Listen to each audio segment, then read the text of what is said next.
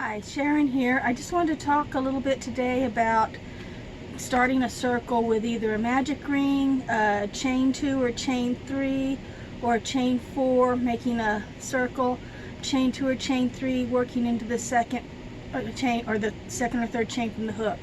So give me a minute to turn my camera around so you can see what I'm talking about, and we'll get started. Okay, so these are my 3 circles to begin with. This is the magic loop. Sorry about that. I shed hair in the summer. This is with the magic circle, magic ring.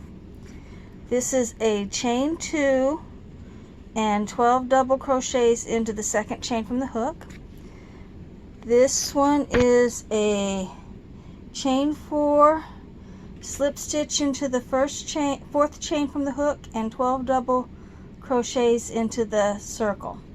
As you can see that both the chain 4 and the chain 2 method of starting both leave holes in the center. Those can be fixed by threading your long loop of yarn that you have hopefully left to begin with on a tapestry needle and just weaving it through and pulling tight as you go.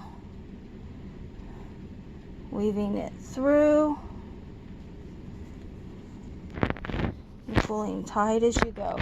Anyway, you get the idea, and that will keep, the more you do that, the tighter it will get, and there won't be any difference in size. I mean, they will be basically the same size no matter what. Starting them, fairly easy to do. You start with a slip stitch, this is my version of a slip stitch. This is the way my grandmother taught me. This will be the chain 4, 3, 4, slip stitch into the fourth chain from the hook. Then I like to do a chain 3. That is going to be your first double crochet. Then you will do 11 more double crochets into the loop, all the hole there, all the way around. When you finish, you will slip stitch into the first top of the chain 3 and pull it tight, and that's your chain 4 circle. I do my double crochets into a chain 2 and into the second chain from the hook, but I don't count the first 2 chains as a double crochet.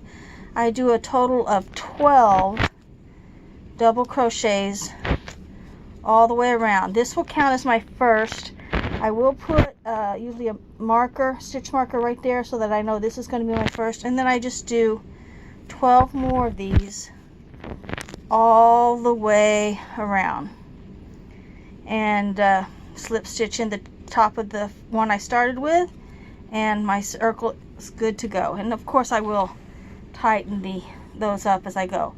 Then I'll do this is the way I do a magic ring or a magic circle. I just loop it around to get started. I want to be going over 2 little tails here, so I will loop it behind my hook, pull it through, and I'll chain my 3. Counts as my first double crochet. Then I will do 12 more into the resulting loop here that is made.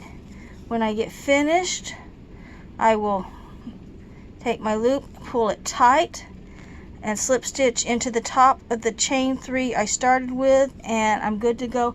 I like to go back on all of mine. I will leave like a 3 to 4 inch tail on all of them to begin, and then go back through and just slip stitch the long tail in through the back using a tapestry needle and pulling it tight, just to make sure nothing slips out or comes loose.